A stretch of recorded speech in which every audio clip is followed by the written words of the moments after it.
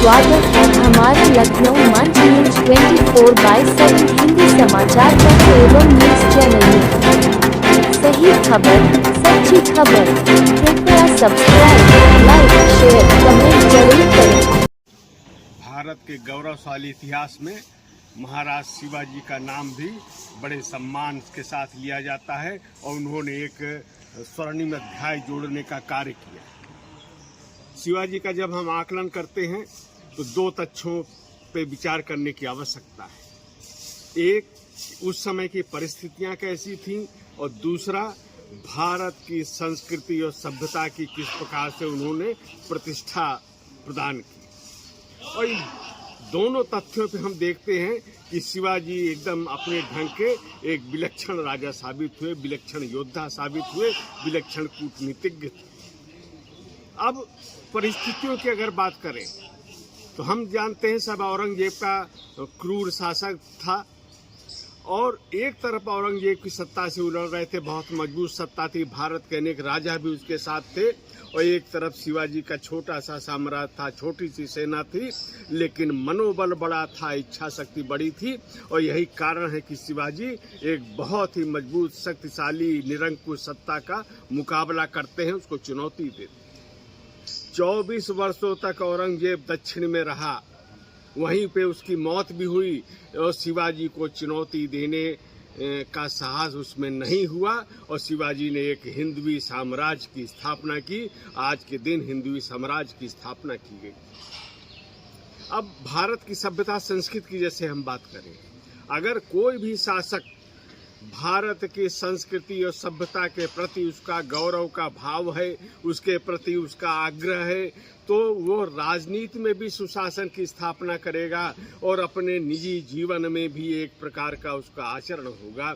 यह विशेषता। अब एक तरफ उस दौर के जैसे परिस्थिति की बात की, एक तरफ औरंगजेब की सत्ता है, एक तरफ शिवाजी की शासन व्यवस्था है। दोनों का अगर अंतर देख लें तो पता चल जाएगा कि कौन किस प्रकार का व्यवहार कर रहा है, किस प्रकार की सभ्यता और संस्कृति पे अमल कर रहा है। औरंगजेब दूसरे धर्म के स्थलों का विध्वंस करता है। उसकी सेना को यह आदेश रहता है, ये छूट रहती है कि वो शत्रु पक्ष की महिलाओं से जैसा चाहें व्यवहार करें, धर्मांतरण कराएं, ये पूरी छूट रहती है। दूसरी ओर शिवाजी, उनके हिंदवी साम्राज्य में वो जिसको कहते हैं कि सर्वधर्म समभाव, किसी भी दूसरे धर्म के स्थल का वो पूरी तरह सम्मान करते हैं। उनकी सेना को, उनके सैनिकों को निर्देश रहता है कि किसी भी मुस्लिम समुदाय की महिला के साथ किसी भी प्रकार का असम्मान नहीं दिखना चाहिए, नहीं होना चाहिए और ऐसे लोगों को सजा भी देते हैं। ये एक विचारधारा है। एक तरफ औरंगजेब की विचारधारा है। यह शिवाजी का शासन है, इसलिए सुशासन। अब दूसरी सुशासन की विशेषता कि वह जो राजा है वो भारत की या अपने राज्य की सीमाओं की सुरक्षा करने का पूरा प्रयास करता है, पूरी क्षमता से प्रयास करता है और इसलिए अपनी सेना को शक्तिशाली बनाता है। शिवाजी पहले शासक से जिन्होंने भारत की नौसेना का गठन किया है और ये दोनों बातें, यानी एक शक्तिशाली साम्राज्य की स्थापना करना, शासन की स्थापना करना और फिर सुशासन की विशेषता क्या है कि बिना भेदभाव के जो भी उसके राज्य में रह रहा है उसके कल्याण के लिए कार्य करना। शिवाजी बिना भेदभाव के शासन संचालन करते हैं। धर्म, मजहब, पंथ, विचार, इनका कोई विचार भेदभाव उनके शासन व्यवस्था में नहीं है। यह भारत का मूल्य है।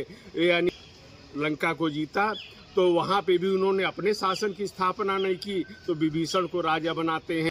लंका की महिलाएं थीं, उन सब के प्रति भी सम्मान का भाव व्यक्त करते हैं, माता कह के संबोधित करते हैं। यह विचारधारा और फिर शिवाजी भी इसी पे अमल करते हैं।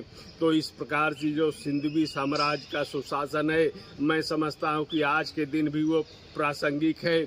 अगर उनके विचारों पे अमल करते हुए आज भी लोग उसके प्रेरणा लेंगे तो निश्चित रूप से हमारी राजनीति में भी शुचिता होगी और हमारे जो शासन व्यवस्था है उसमें भी बिना भेदभाव के लोक कल्याण की भावना होगी और भारत को पुनः एक शक्तिशाली राज्य बनाने का, शक्तिशाली देश बनाने का ये भी एक विचार उसमें समाहित होगा।